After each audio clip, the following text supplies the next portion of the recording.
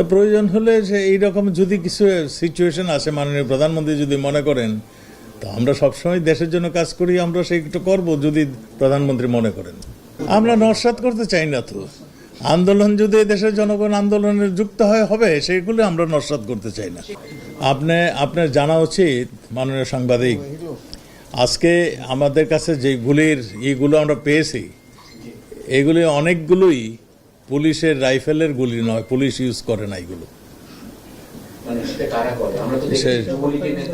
আমরা তো আপনি যুবলীগের নেতা দেখেছেন, যুবলীগের নেতা তাদের বাধা দিতে গেছে, গুলি করতে যায় নাই। আপনি নিশ্চয়ই জানেন আমার ছাত্রলীগের নেতা কয়জন মারা গেছেন।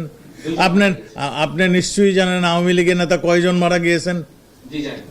আপনি তাহলে আপনি সেইটা না জিজ্ঞাসা করে আপনি উল্টোটা জিজ্ঞাসা করলেন। আমরা নস্যাৎ করতে চাই না তো। আন্দোলন যদি দেশের জনগণ আন্দোলনের যুক্ত হবে, সেগুলো আমরা নস্যাৎ করতে চাই না।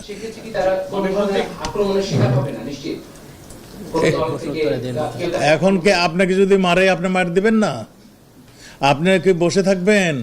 আপনাকে যদি কেউ আপনাকে যদি কেউ আইন শৃঙ্খলা বাহিনীর জীবন রক্ষা করার দায়িত্ব, সেলফ ডিফেন্সের দায়িত্ব কিন্তু অধিকার তাকে দেওয়া আছে, আপনারও অধিকার দেওয়া হয়েছে।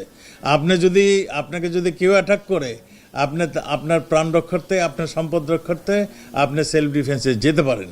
এটার আইনগত অধিকার এটা।